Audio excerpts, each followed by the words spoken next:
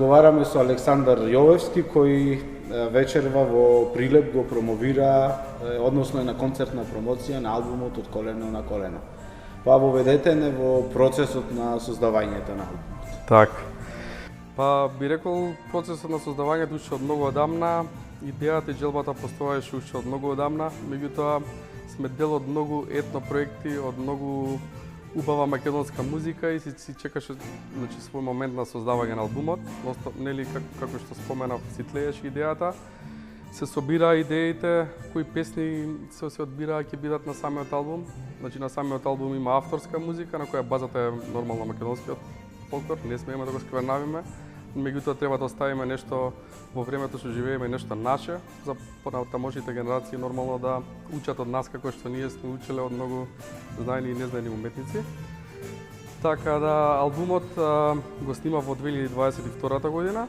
Својата промоција ја доживеа во концертна промоција во 2023 година во Македонската филхармонија со еден прекрасен концерт. Преубава музичка енергија со професионални музичари на кои сум многу благодарен. Така да на самиот албум има 10 композиции, половина е авторска музика, половина се обработки, меѓутоа и во самата обработка си оставам свој личен музички израз. Кој се е вклучен во создавањето на овој албум? Така, покрај мене се вклучени, пак ќе споменам и многу сум им благодарен и чест ми е што соработувам со нив, многу големи професионалци. Горан Гешовски на бас гитара, Габриела Новевска вокал, Елена Андоновска вокал, Мартина Максимовска исто женски вокал, Радко Дутовски на перкусии, Филип Михайловски на канон, некој да не заборавам, Илија Филиповски за виолините беше задолжен. Албумот е сниман во студио Подрумот, кај продуцентот Ангел Кјосев, кој исто покрај нашето музицирање и нашата изведба направи своја магија во самата продукција. Така, сите овие неколку години сте навистина многу актуелни со вашите проекти, не само личните авторски, туку и како аранжер и композитор, се вклучувате во многу проекти во однос на етномузиката што сега се твори и се пресоздава. Од каде таа љубов кон токму да се насочите кон етномелосот на Македонија? Ја би кажал уште од моите почетоци, мојот татко Бранко Јовевски има младинско културно-уметничко друштво Цветан Димов и е коreograf и уметнички раководител на истото. И уште од моја мала возраст се запознавам со народната музика и тука прв пат се среќавам со неа и така почува моето патување во македонската музичка традиција. Во средното музичко училиште завршив музичка теорија и педагогија, но меѓутоа имаше изборен предмет да се одбере, можеше секој музичар да одбере покрај пијаното и втор инструмент. Јас ги одбрав народните инструменти и едноставно ќе кажам се заљубив во нив во самиот момент. И од тогаш, од моја 14 годишна возраст до ден денес со нив се дружам и тоа е мојата животна пасија. И убаво споменавте, сум дел од многу проекти.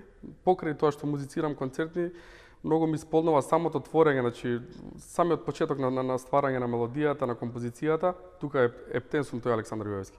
Потоа само ја пренесуваме таа енергија на публиката и се надеваме дека взаемно ќе уживаме со самата публика. Така, оној творечки, момент на самотија и творење и создавање. Сега вие пак ја имате улогата не само преку музицирањето, туку и во однос на педагошката дејност да ја пренесете, таа музика и таа љубов кон етномузиката. Кој е вашиот начин младите да се поттикнат, да се заљубат и да навлезат, но и професионално тоа да го работат? Па би кажал баш ваквите проекти како овој вечерашниот што ќе имате можност да го слушнете, мислам дека допринесуваат бидејќи правиме малку покрај зворното, малку помодерни аранжмани за поубаво да го примат во 21 век нормално помладата популација и успеваме во тоа. Секаде каде што имало помлада публика, тоа го восприма, едноставно го имаме во самиот ген. Така да начинот на помодерни преработки нормално да не се сквернави само торо, самата песна, придонесуваат за младите повеќе да ја засакаат изборната музика. Што значи во таа насока, што значи да се сквернави една музика? Ние сме сведоци на тоа. Така. Меѓутоа, вие како професионалец, што значи да се навистина имаме моменти каде што одредени парчиња од музичкото творештво се навистина уништени преку тие. Има многу, би кажал, неправилно музицирање, менување на мелодии, менување на вокални изведби и слично. Значи мора првично да се слушне самиот извор, самата изворна песна, самата изворна мелодија. Тука сега не треба многу да се менува самата хармонија во музиката и слично. Значи не треба превише да се навлегува. Изворното едноставно да си остане изворно. Да напоменеме некои композиции кои се наоѓаат во овој албум и да ни кажете каде продолжувате со неговото представување. Така. Јас, значи, на самиот албум, како што споменав, има авторска музика. Би ги кажал, концертот ќе започнеме со игра на инструментите, со тамбурски вес, со длабочина, со сеќавање. Исто така, прекрасните песни Бај Никола, Изникнало криво крувче, сношти го видов убавото стоење, значи песни одпеани од нашите доаѓени, што се за сите време едноставно. Мислам, такви песни ретко се прават повеќе, али ете, ние ги оживуваме и со овој начин на преработки допринесуваме тие песни да живеат понатаму. Би кажал, спонтано се случуваат средбите концертни. Значи, албумот се живее, веќе сум имал 5 концерти, следната година се планираат некои турнеи.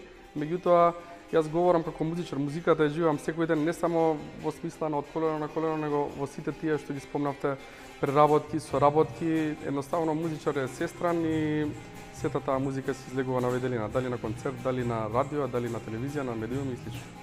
И за крај, токму во тој контекст, што следно можеме да очекуваме во однос на вашето музичко твориште? Така.